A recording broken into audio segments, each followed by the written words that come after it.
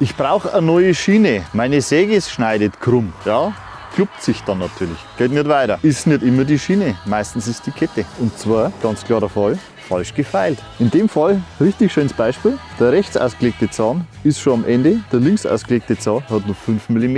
Ich vermute, dass der das Ding gefeilt hat, Linkshänder war. Das ist der klassische Effekt.